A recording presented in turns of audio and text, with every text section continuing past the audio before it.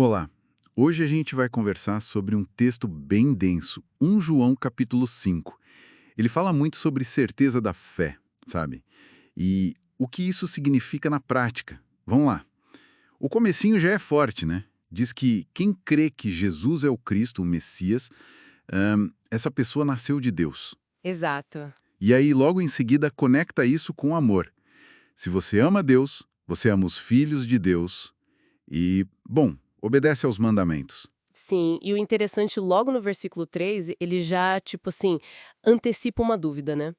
Ah, mas esses mandamentos são difíceis? Pois é. E a resposta é que não são pesados. E o motivo é chave, porque quem nasceu de Deus vence o mundo. Ah, entendi. A vitória vem primeiro. Isso. E a ferramenta para essa vitória é a nossa fé. Especificamente, a fé de que Jesus é o Filho de Deus. Isso muda tudo, né? A obediência não é um fardo, mas é o resultado de já ter vencido. Faz sentido.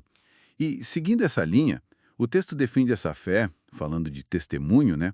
Lá pelos versículos 6 a 9, Aham. fala que Jesus veio por água e sangue, não só pela água. Isso é curioso. É bem específico, né? Talvez para combater alguma ideia que separava o Jesus humano do Cristo divino, sabe? João parece insistir. É o pacote completo, desde o batismo, talvez a água, até a morte na cruz, o sangue. Entendi. A vida inteira dele. Exato. E para reforçar, ele traz três testemunhas: o Espírito Santo, a água e o sangue. E diz que elas concordam. Três testemunhas. A lógica é, a gente aceita testemunho humano para tanta coisa, né? O testemunho de Deus, então, é infinitamente maior. E Deus testemunhou sobre o Filho. Então, acreditar no Filho é tipo assim, ter esse testemunho de Deus dentro da gente. É isso que o versículo 10 diz. Né? Não crer é como chamar Deus de mentiroso, porque você está rejeitando o que ele mesmo falou sobre Jesus. Forte isso. E qual é o centro desse testemunho divino? Os versículos 11 e 12 são o coração da coisa. Deus nos deu a vida eterna, ponto. E essa vida está no Filho. Então, a conexão é direta. Totalmente. Tem o Filho, tem a vida. Não tem o Filho, não tem a vida.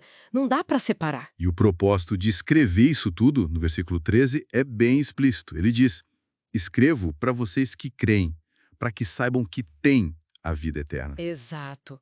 Não é para achar ou esperar ter um dia. É para ter certeza agora. Saber. Essa certeza. E essa certeza é que dá base para a confiança na oração, que vem logo depois, nos versículos 14 e 15. Ah, sim. Se a gente sabe que tem essa vida que pertence a Deus, então a gente pode pedir as coisas, né, conforme a vontade dele, claro, e tem a segurança de que ele ouve e que a gente recebe. A certeza da salvação leva à certeza na oração. Entendi a ligação. Exatamente.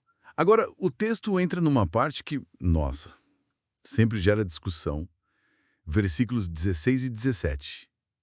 A diferença entre o pecado para a morte e o pecado que não é para a morte. Pois é um ponto delicado. Ele até diz para a gente orar por um irmão que comete esse pecado que não leva à morte, para que ele seja restaurado. Sim. Mas sobre o pecado para a morte, ele é mais reticente. Não diz explicitamente para orar. E o que seria esse pecado para a morte? O texto define? Não define claramente, sim, o que abre espaço para interpretação. Muitos acham que se refere a uma rejeição final, sabe?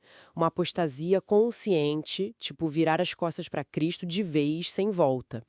Diferente das falhas normais de um crente que se arrepende. Entendi, não é qualquer pecado. Parece que não. Embora toda injustiça seja pecado, né? Mas parece ter um tipo que indica uma condição sem retorno espiritual. E isso talvez reforce a ideia de segurança do crente que vem logo depois, nos versículos 18 e 19. Acho que sim. Porque aí ele diz: quem nasceu de Deus não vive pecando deliberadamente.